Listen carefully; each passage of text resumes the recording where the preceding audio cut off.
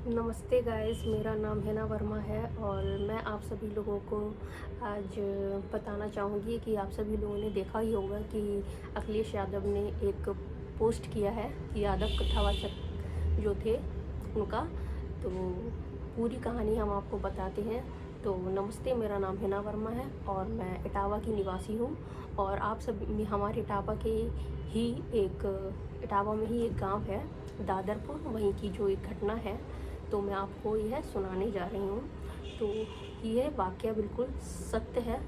और जो एक वीडियो आजकल सोशल मीडिया पे वायरल हो रहा है कि कथावाचक की चोटी काट दी गई और उसका सुर मुंडवा दिया गया, तो इस बारे में मैं आपको पूरी सही बात बताऊंगी। तो शुरुआत होती है कि जो गांव है दादरपुर, यहाँ के निवासी होते हैं पाठक बाबा और ये जलौन गए हुए होते हैं। तो वहाँ पे जलौन में ये कथावाचक को कथा कहते हुए सुनते हैं और बैठ के कथावाचक को कथा कहते हुए सुनते हैं और कथा इन्हें सुनकर अच्छा महसूस होता है। फिर ये जा रहे होते हैं, फिर ये दोबारा उस जगह से निकल रहे होते हैं, फिर कथावाचक कथा दूसरी जगह पे कह रहे होते हैं, तो फिर ये दूसरी जगह बैठ के कथावाचक से कथा सुनने लगते हैं। तो इन्हें बहुत ही अच्छा फील होता है उसी कथावाचक से। तो फिर ये नंबर ले लेते हैं कि आप हमें अपना नंबर दे दीजिए, जब हमारे गांव में या हमें जब कभी भी भगवत कथा करानी होगी तो हम आपको बुला लेंगे।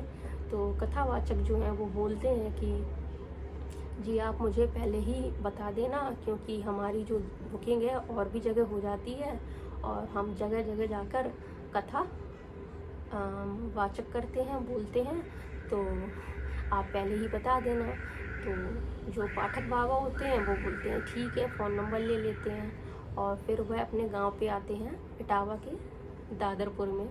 तो जो कथावाचक हैं दादरपुर में, ठीक है, और दादरपुर में कौन आते हैं? दादरपुर में आते हैं पाठक बाबा, जिन्हें गांव पे बाबा पाठक भी कहते हैं। तो पाठक बाबा जब गांव में आ चुके होते हैं और वहीं पर ऐसे ही आपस में सभी लोग बात कर रहे होते हैं, जो गांव के होते हैं पप्पू जिनका नाम है, तो वो कहते हैं कि गांव में भगवत कथा करानी है हमें और कथावाचक का कुछ पता करो तो बताओ।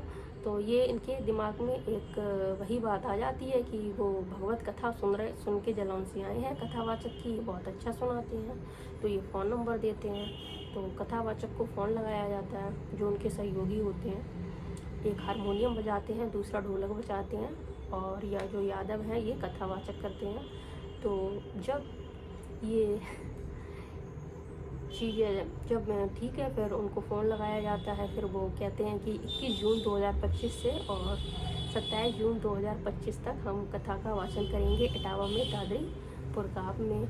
और वो तय समय पर इटावा के दादरपुर गाँव में आ जाते हैं, कथा का वाचन करते हैं। तो दादरपुर गाँव में कथावाचक है जो कथा का वाचन करते हैं। सब कुछ बढ़िया चल रहा होता है, सभी लोगों को कथावाचक के मुंह से कथा सुनकर अच्छा लगता है और सभी लोग हंसी खुशी से कथा को सुनते हैं और शाम को होते ही अपने घर चले जाते हैं। फिर शाम को जब भोजन का आयोजन किया जाता है तो वहाँ पे कथा जो है वाचक उनको भोजन पे बुलाया जाता है। तो गांव के सभी बुजुर्ग लोग बैठे हुए थे और बच्चे थे कुछ, और कुछ जवान लड़के भी थे।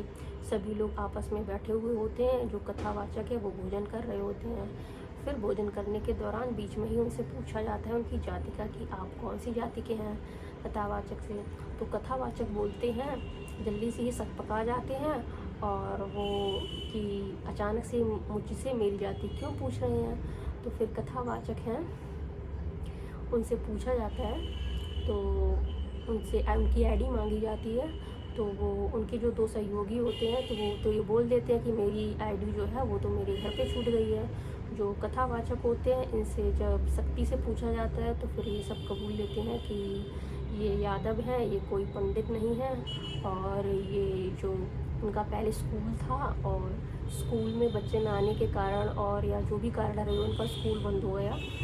फिर अपना ये खर्चा निकालने के लिए, रोजी रोटी चलाने के लिए ये जगह जगह जाकर कथा का वाचन करते हैं, भगवत कथा का वाचन करते हैं। तो इनसे इन्हें जो पैसे मिलते हैं उससे ये अपनी जीविका चलाते हैं। तो बात सब ठीक थी।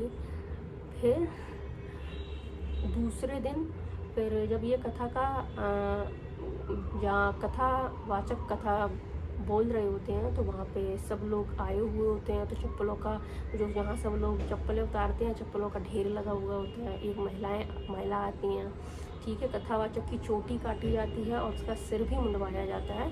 यादव कथावाचक का चोटी भी काटी जाती है और उसका सर भी मुंडवाया जाता है। 4 लड़के आते हैं और ये ऐसा काम करते हैं कि जो कथावाचक है, यादव कथावाचक, उसकी चोटी काटते हैं और उसका सर भी मुंडवाते हैं।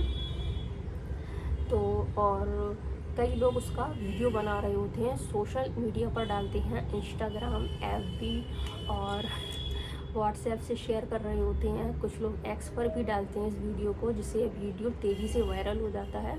और जो पूर्व CM है अखिलेश यादव जी, जो कि इटावा के ही हैं, तो वो इटावा से के दादरीपुर जो गाँव है वहाँ पे यादव के साथ ऐसा होता है, तो उस पर ये पोस्ट करते हैं। तो ये न्यूज़ और भी तेज़ी से फैल जाती है।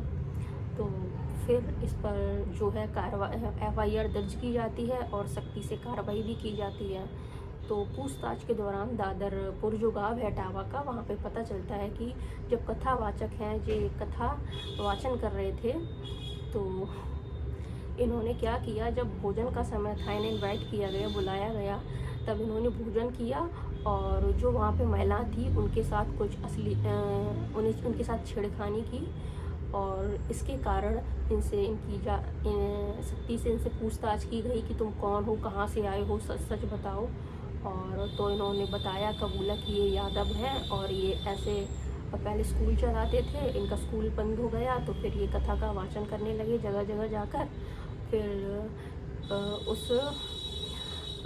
ऐसे इन्होंने किया।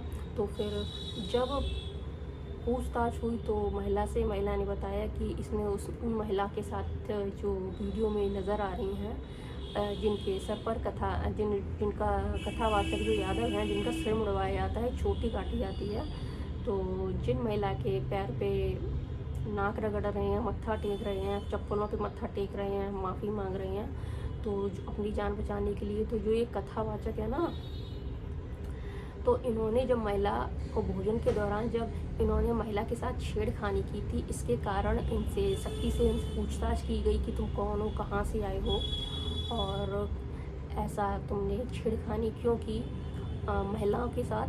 तो इन्होंने अपनी बात ना कह के और पूरा वाक़या बता दिया, FIR दर्ज करा दी। तो जो कथावाचक थे यादव, तो आप लोगों को पता ही होगा कि इटावा में कल यानी 26 जून के दिन कल इटावा के दादरपुर गांव में जो यादव नेता हैं, छात्र नेता हैं, वो अपने सब लोगों के साथ इकट्ठे होकर प्रदर्शन कर रहे थे कि यादव के साथ ऐसा हुआ, तो उसका विरोध कर रहे थे। तो उस विरोध के दौरान जो पुलिस की गाड़ियां थीं उनके कांच तोड़ दिए गए, शीशे तोड़ दिए गए। तो उन चीज़ों को शांत कराया गया पुलिस के द्वारा और मामला शांत कराया गया। पूछताछ चल रही है, FIR दर्ज कर ली गई है। जो 4 लड़के थे जिन्होंने यादव कथावाचक की चोटी काटी थी, सर मुंडवाया था और जो महिला से माफ़ी मंगवाई थी, सर टेक के, महिला के पैर में सर टेक के, नाक रगड़ के और चप्पलों के ढेर में सर टेक के, तो इन सब चीज़ों की छानबीन चल रही है और बात निकल के सामने आई है। तो जो 4 लड़कों ने ऐसा किया था, जो जवान लड़के थे, तो उनको गिरफ्तार कर लिया गया है। वो चारों भी जेल में हैं और जो भी दोषी होंगे उनके खिलाफ़ कार्रवाई की जाएगी और ये कार्रवाई चल रही है। तो जो कथावाचक हैं यादव, उन्होंने अपनी बात नहीं बताई कि उन्होंने महिला के साथ छेड़खानी की थी।